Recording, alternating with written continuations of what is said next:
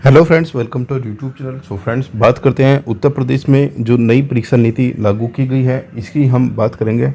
और बात करेंगे कि जो शिक्षा नीति लागू की गई है, ये देखिए, ये जो शिक्षा नीति यानी कि परीक्षा नीति जो लागू की गई है, ये एक जल्दबाजी में किया गया काम है। इसका भी हम आपको बताएंगे कि किस वजह से ये जल्दबाजी में बनाई गई नीति है। ठीक है, जो अब लागू उत्तर प्रदेश में होने जा रही है, लेकिन इसमें कुछ चीज़ें ऐसी है जो स्पष्टीकरण के लिए बहुत ही ज़रूरी है। ठीक है, क्योंकि इनमें देखिए, हमें लगता है ये जो नीति लागू की गई है, इसमें 100% रिव्यू एक बार ज़रूर होगा। ठीक है, क्योंकि इसमें चीज़ें कुछ ऐसी चीज़ें लिखी हुई है, इसमें रिव्यू बाद में ज़रूर किया जाएगा। ठीक है, तो इन सब चीज़ों को बात करेंगे उत्तर प्रदेश पुलिस भर्ती की। क्या कांस्टेबल भर्ती में भी 2 परीक्षा प्रणाली लागू होगी, और अन्य जो बदलाव होने वाले हैं इस परीक्षा नीति के माध्यम से कौन कौन से बदलाव हो सकते हैं। सो फ्रेंड्स, चैनल पर पहली बार आए तो प्लीज़ चैनल को जरूर सब्सक्राइब कीजिए फर्दर अपकमिंग अपडेट्स के लिए। बेल नोटिफिकेशन प्रेस करना, जिससे सभी अपडेट्स आप तक प्राप्त होती रही। आइए स्टार्ट करते हैं आज की वीडियो को। सो फ्रेंड्स, ये वो शासन आदेश है जो कल शाम उत्तर प्रदेश सरकार की ओर से एक शासन आदेश के रूप में नियम लागू किया गया है उत्तर प्रदेश में। और ये जो लागू होगा नियम, ये उत्तर प्रदेश की सभी भर्ती के लिए, यूपी गवर्नमेंट की जितनी भी ऑल गवर्नमेंट एग्ज़ाम होते हैं यूपी के, उन सभी में ये सब चीज़ें जो इस ड्राफ्ट के अंदर ये चीज़ें बताई गई हैं, वो सब चीज़ें यहाँ पर लागू हो रही होगी। देखिए, इस ड्राफ्ट में यानी कि जो नीति फाइनली अपलोड की गई है वेबसाइट पर, इसमें कुछ चीज़ें ऐसी हैं जो आगे चलकर थोड़ा प्रॉब्लम क्रिएट यहाँ पर कर रही होगी, क्योंकि इसमें कुछ चीज़ों का फाइनली स्पष्टीकरण नहीं दिया गया है। ठीक है, उन सब चीज़ों को देखेंगे। तो ये जो नीति है, ये जारी की गई है देवेश चतुर्वेदी जी की ओर से। ठीक है, अपर मुख्य सचिव उत्तर प्रदेश। ये भेजी गई है, प्रति जो भेजी गई है लगभग उत्तर प्रदेश के सभी जो चयन बोर्ड है उन सभी को भेजी गई है। के बाद में बात बताई गई है कि ये जो नियम होगा, इसका नाम होगा उत्तर प्रदेश चयन बोर्ड के नियम द्वारा पारदर्शी सुचितापूर्ण ढंग से कराए जाने के दिशा निर्देश के संबंध में। ठीक है, और देखिए, इसमें जो पहले शासन आदेश जारी किए गए थे, उन्हीं में ही ये सब चीज़ें चेंज की गई है, और उसमें कुछ नए बदलाव किए गए हैं, जिसमें ये नीति लागू होगी आने वाले जो परीक्षाएं होने वाली है। और देखिए, कब ये लागू होगी, कौन सी परीक्षा से ये लागू होगी, इस चीज़ के संबंध में इसमें कुछ भी स्पष्टीकरण नहीं दिया गया है। ठीक है, पहली बात तो ये चीज़ें आपको ध्यान रखनी होगी। देखिए, इसमें परीक्षा के चयन से लेकर, ठीक है, परीक्षा के चयन से लेकर और OMR शीट तक, ठीक है, OMR शीट तक कुछ चीज़ें बताई गई हैं, यानी कि OMR शीट यानी कि आपका रिजल्ट तक। ठीक है, रिजल्ट तक कुछ गाइडलाइंस इसमें बताई गई है। इसके बाद में हम बात करेंगे कि इस PDF में कुछ ऐसी जो लूप होल्स है जो आगे चलकर इसमें प्रॉब्लम क्रिएट कर सकते हैं, उनकी भी बात कर रहे होंगे। तो परीक्षा केंद्रों के चयन के निर्धारण में भी कुछ रूल रेगुलेशंस जारी किए गए हैं। ठीक है, एक कमेटी बनाई जाएगी जिले के स्तर पर, और श्रेणी A श्रेणी B के कॉलेज को इसमें रखा गया है। तो इसमें मोस्टली जो एग्ज़ाम्स होंगे अब आपके माध्यमिक विद्यालय, राजकीय डिग्री कॉलेज, केंद्रीय विश्वविद्यालय, या फिर बड़े बड़े जो विश्वविद्यालय के कॉलेजेस वगैरह होते हैं, उन चीज़ों में ही आपके सेंटर बनेंगे। यहाँ पर ये चीज़ें आप ध्यान रखिएगा। इस बार कोई भी जो सेंटर होगा, वो जैसे आपको आसपास सेंटर मिलते थे वो इस बार नहीं मिलेंगे, और ना ही कोई सेंटर छोटा जो एडिड कॉलेज होते हैं उनको मिलेगा, या फिर प्राइवेट कॉलेजेस में जो सेंटर होते थे वो नहीं मिलेंगे। ठीक है, ये बताया गया है कि जो आपका जो सेंटर होगा वो रोडवेज बस स्टैंड से या फिर रेलवे स्टेशन से 10 किलोमीटर के दायरे में होगा। ठीक है, ये सब चीज़ें ऑलरेडी आपने देख ली होगी, लेकिन इसमें कुछ चीज़ें अलग से दी गई हैं। ठीक है, देखिए, जो इसमें काम की चीज़ें हैं, सीधी हम उन्हीं चीज़ों पर आते हैं। आगे बताया गया है परीक्षा प्रणाली के लिए पृथक एजेंसी। देखिए, ये पॉइंट हमने कल भी एक वीडियो पब्लिश की थी अपने यूट्यूब चैनल पर। जो रेगुलर हमारे यूट्यूब चैनल को फॉलो करते हैं उन्होंने देखी भी होगी। हमने कल एक वीडियो बनाई थी, उसमें भी हमने इस चीज़ को डिस्कस किया था, और अभी भी क्लियर ये चीज़ हो चुकी है नोटिफिकेशन से। तो अब उसके अकॉर्डिंग ये चीज़ें यहाँ पर देखेंगे। देखिए, पृथक एजेंसी की बात इसमें एक बार फिर से यहाँ पर देख चुके हो आप। इसमें बताया गया है कि अलग अलग एजेंसियों का चयन किया जाएगा, जिसमें 4 एजेंसी यहाँ पर लाई जाएगी एजेंसी ए, बी, सी और डी। बताया गया है कि पहली जो एजेंसी होगी उसका काम होगा परीक्षा को छपवाना, समस्त जनपदों के कोषागार तक पहुँचाना। ठीक है, यानी कि जो बड़ी कंपनी होगी इसका काम होगा छपवाना और कोषागार तक पहुँचाना। दूसरी का काम क्या होगा? परीक्षा संपन्न कराना, परीक्षा कोषागार से परीक्षा केंद्र तक, ठीक है, पेपर को पहुँचाना। तीसरी जो परीक्षा केंद्र की सुरक्षा व्यवस्था कराएगी, जो बायोमेट्रिक कराएगी आपका। और चौथी जो होगी वो आपकी OMR शीट को बोर्ड तक पहुंचाएगी और आपका रिजल्ट जनरेट करेगी। ठीक है, ये 4 कंपनियां अलग अलग कंपनी होगी। अब देखना ये होगा कि आने वाले समय में किस भर्ती बोर्ड को ये सेपरेट कंपनी मिलती है, या फिर आने वाले समय में क्या ये लागू होगा रूल या फिर नहीं होगा। इसके संबंध में हमने कल भी एक वीडियो पब्लिश की थी, उसमें भी इस चीज़ को डिस्कस किया था। ठीक है, देखिए स्टेट लेवल की एग्ज़ाम्स में ये सब चीज़ें होना, देखिए हमें पर्सनली नहीं लगता। ठीक है, अब आगे क्या होता है इसमें, क्या नहीं होता है, वो बाद का मैटर है, लेकिन स्टेट लेवल पर ये चीज़ें होना थोड़ा डिफ़िकल्ट टास्क सभी भर्ती बोर्ड के लिए होने वाला है। ठीक है, अभी इसमें बताई गई है प्रश्न पत्रों की तैयारी। ठीक है, प्रश्न पत्र कैसे तैयार किया जाएगा। देखिए यहाँ पर जो ये नीति है, जल्दबाजी में ये नीति लागू की गई है, उसमें देखिए स्पष्टीकरण तो आगे आने वाले समय में आपको जरूर देखने को मिलेगा, क्योंकि यहाँ पर कुछ चीज़ें इन्होंने पहले कुछ और लिखा है, बाद में कुछ और लिखा है। देखिए यहाँ पर लिखा है प्रश्न पत्र को बनाने में यह ध्यान रखा जाएगी परीक्षा के समय कुल पालियों के सापेक्ष हर पाली के लिए कम से कम 2 या उससे अधिक प्रश्न पत्रों का सेट उपलब्ध रहे। ठीक है, ये तो बात ठीक है, एक पाली के लिए कम से कम 2 सेट ऑलरेडी पहले से भी उपलब्ध होते हैं। पॉइंट नंबर 2, आप जब देखोगे प्रत्येक सेट के प्रश्न पत्र अलग अलग एजेंसियों द्वारा छपवाए जाए। देखिए यहाँ ये पॉइंट है, अलग अलग एजेंसियों के द्वारा छपवाए जाए। जब आपने ऊपर पॉइंट नंबर ए में बताया है कि एजेंसी जो ए होगा उसका काम केवल प्रश्न पत्र को छापने का होगा। ठीक है, अब यहाँ से दूसरी कंपनी अब कौन लेके आएगा। ठीक है, ये थोड़ा सा यहाँ पर लॉजिकल पॉइंट है, शायद जब ये ड्राफ्ट बनाया होगा तो इस चीज़ पर ध्यान नहीं दिया होगा। जल्दबाजी का ये ड्राफ्ट आप यहाँ पर देख सकते हो, इसमें कुछ ना कुछ देखिए आगे आने वाले समय में इसमें 100% आपको संशोधन होते हुए दिख रहे होंगे।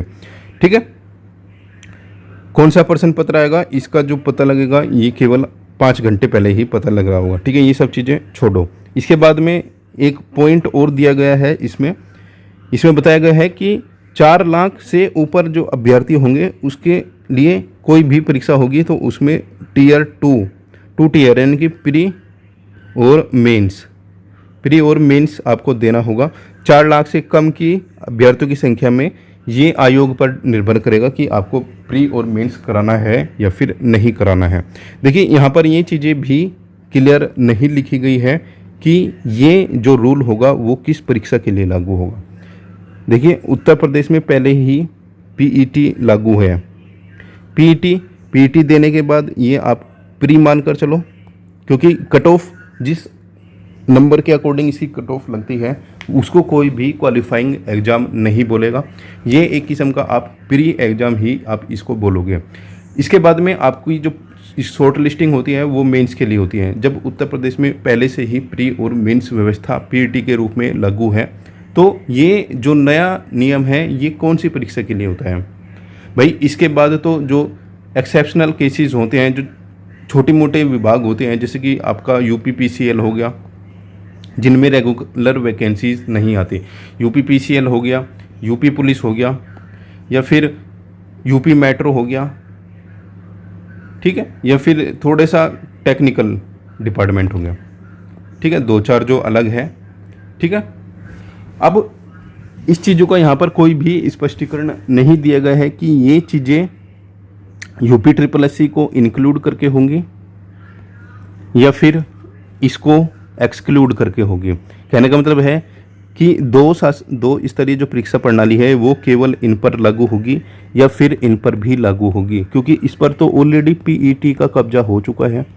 तो इसमें पीईटी जब पहले से ही लागू है तो प्री और मेंस की तो कोई बात ही नहीं लिखनी थी यहाँ पे भाई। यहाँ पे तो ऑलरेडी आप प्री और मेंस दे रहे हो ना, प्री में पीईटी दे रहे हो, मेंस के लिए आपकी स्क्रूटनी होती है। उसके बाद में एक्सेप्शनल केसेस ये बचे यहाँ पर 4-5 डिपार्टमेंट। ठीक है, तो इसका मतलब ये हो गया कि जब आपने ये चीज़ें बनाई तो आपको ये नहीं पता था कि आप किस डिपार्टमेंट के लिए क्या रूल रेगुलेशन बना रहे हो।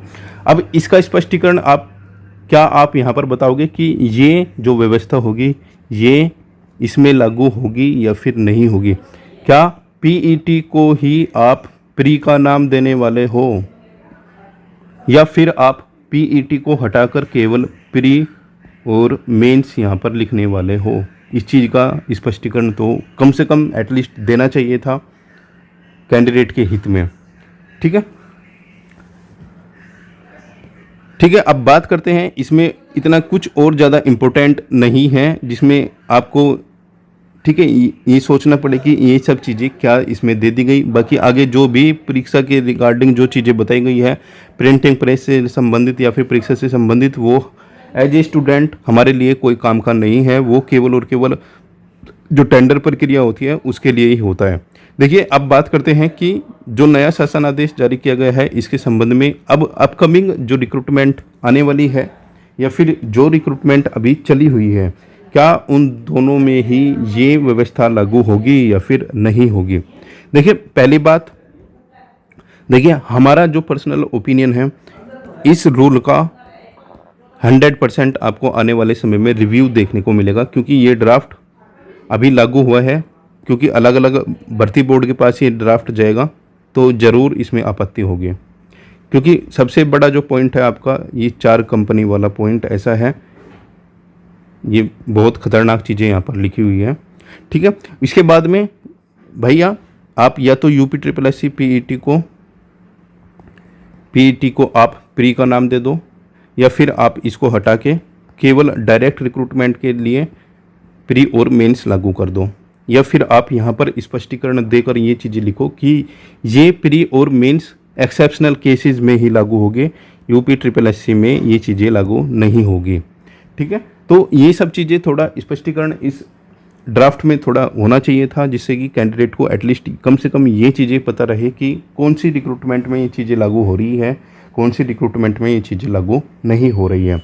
इसके बाद में बात करते हैं कि अब क्या यूपी पुलिस की जो रिक्रूटमेंट चल रही है, क्या इसमें भी ये सब चीज़ें लागू हो सकती है या फिर नहीं हो सकती है? देखिए फ्रेंड्स, इसके लिए 2 पॉइंट हैं, 1 नंबर और 2 नंबर। पहला पॉइंट नंबर ये है कि आपकी जो रिक्रूटमेंट है ये ऑन गोइंग रिक्रूटमेंट है।